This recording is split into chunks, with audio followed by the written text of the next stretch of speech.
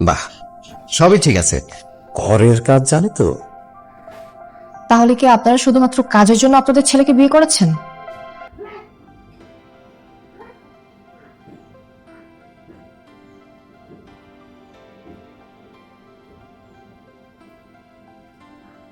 মামিছিলা, একটু হেঁটে দেখো তো মা, তোমার হাইটটা কেমন সেটা একটু দেখা দরকার তো। বাবা, হাঁটার কি দরকার আছে?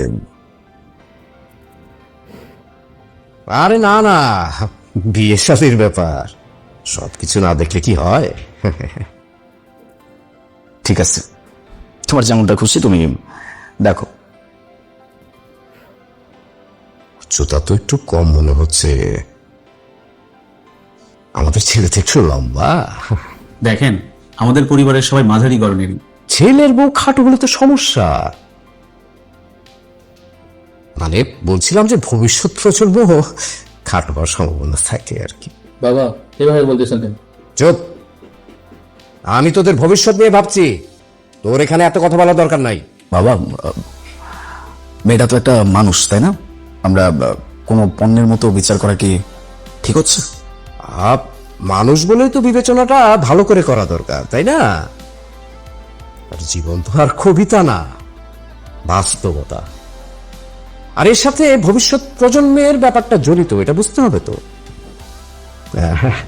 মা, এই তোমার পড়াশোনা কতটুকু? অনার্স পাশ করেছি বাহ, কোন বিভাগ থেকে? সমাজকর্ম বিভাগ থেকে। পড়াশোনা ঠিক আছে। আচ্ছা মা, এই তুমি একটু হেঁটে দেখাবে কি আমাদেরকে?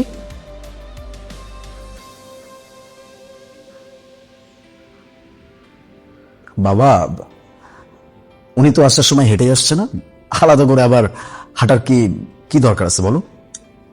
তুই এসব বুঝবি না, বাড়তি কথা বলিস না তো।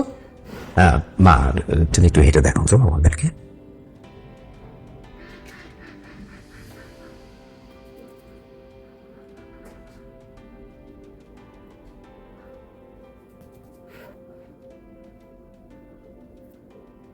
বাহ, সবই ঠিক আছে। ঘরের কাজ জানে তো?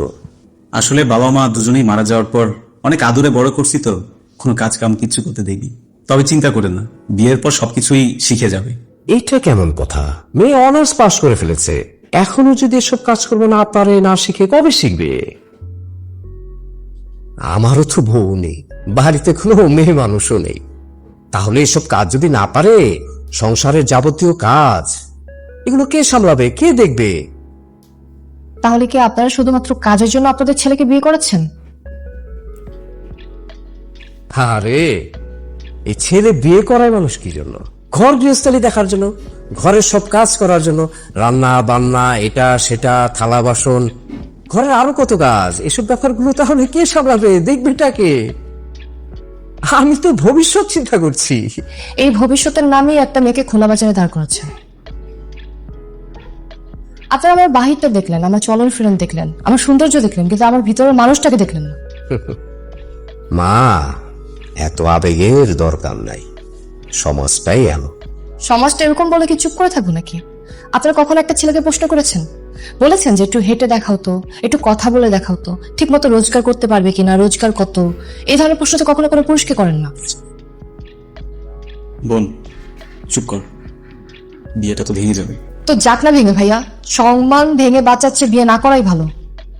বাহ, মেয়েকে শিক্ষিত বানাতে বানাতে অনেক বেশি শিক্ষিত বানিয়ে ফেলছেন আপনারা।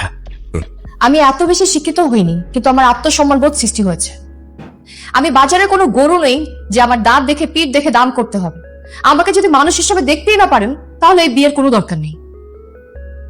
একদম ঠিক, ও একদম ঠিক কথা বলছে বাবা। এই বিয়েটা না হয় ভালো, কারণ এখানে একটা মানুষ হেরে যাচ্ছে, যেটা আমরা দেখেও চুপ করে আসছি। এখনো না সেই আদিম যুগে পড়ে আসছো, মানুষের কোনো দাম নাই। আর হ্যাঁ, আপনাকে বলছি, ব্যক্তিত্ব বা না হলে না একজন পুরুষ হওয়া যায় না, আর একজন পুরুষ না হলে ভালো স্বামী বা ভালো মানুষ কোনোটাই হওয়া যায় না।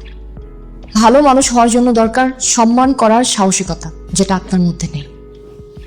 আমি আবারও আপনাদেরকে বলতেছি, আমি কি বাজারে গরু? যে আপনারা আমাকে দাঁড় করিয়ে ঘুরিয়ে মেপে তারপরে যাচাই করবেন, রং দেখে সবকিছু ঠিক আছে কিনা তারপরে দামাদামি করবেন?